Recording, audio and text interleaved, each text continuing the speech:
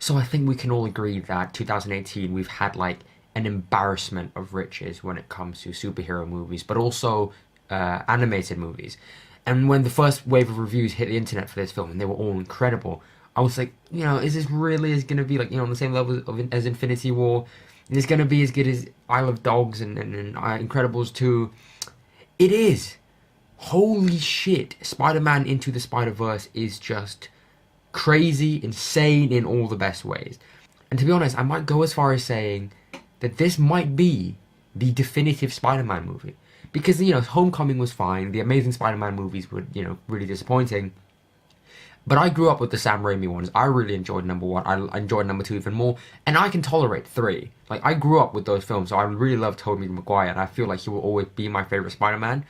But this one has it all. So if we're just speaking, like, completely unbiased, nostalgia aside, this might be the definitive Spider-Man film. So first we've got to talk about the visuals. If you've seen any Pixar film, or really any animated film recently, you might notice that the animation style is a little bit more realistic. You kind of have like more, human-like camera moves, and you've got realistic depth of field and stuff like that. Whereas with Spider-Man Into the Spider-Verse, the creators have basically realized that we're making an animation movie. We can do whatever we want. And what they've done is whatever they want. They have done everything. I feel like anything and everything that you could possibly do with animation has been done with this film. The visual style alone is so diverse, and I would honestly say that this is the most comic book-like film ever. In fact, I would say that one of the best ways you could describe this film on a visual level is that they've basically gone and made a 2-hour moving comic book.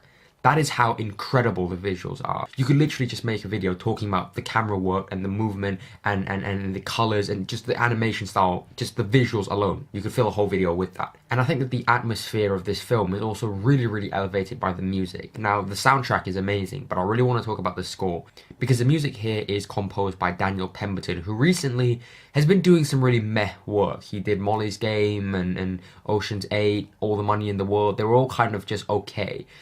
But if you've seen King Arthur, then you know that if this guy's allowed to go crazy, then he's going to give you some of the best music ever. And here, he is allowed to go full crazy, and the music is amazing. There is some influence here and there from other composers. I heard a bit of Henry Jackman, I heard a bit of whoever did the Annihilation score, but it worked so damn well. So really, on a visual level, just on a technical standpoint alone, this is the most comic accurate film of all time. Frankly, it's inspiring. Even for a live action filmmaker, it is inspiring. Just to see these people go out and kind of sing their voice and show their vision, it was incredible to watch. But if you've seen the film, then I think that we can all agree that the reason this film is arguably the definitive Spider-Man film is that it truly understands what Spider-Man is. And this may sound cheesy, but it is kind of explored in the film. But Spider-Man is in all of us. We can all be Spider-Man. We all have Spider-Man within us.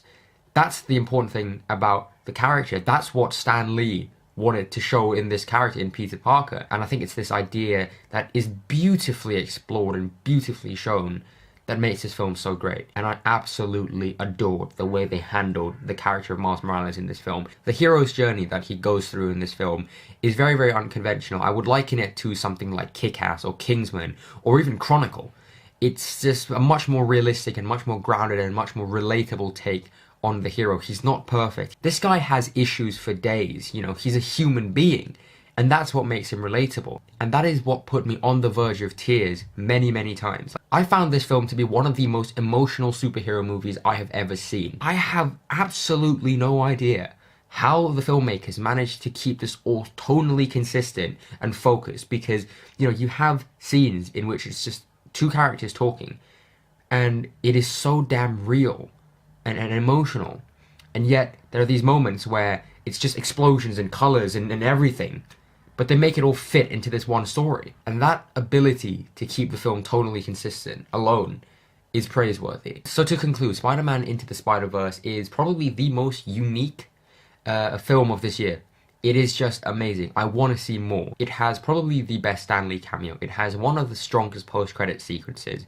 It is the most emotional superhero movie I've seen in a long time. And from a filmmaking standpoint, it is just damn inspiring. So those were some of my quick thoughts on Spider-Man Into the Spider-Verse. I hope you go out and see the film, because this film needs all the support it can get. It is a true piece of just amazing filmmaking. So please check it out. Thank you very, very much for watching, guys. Thank you.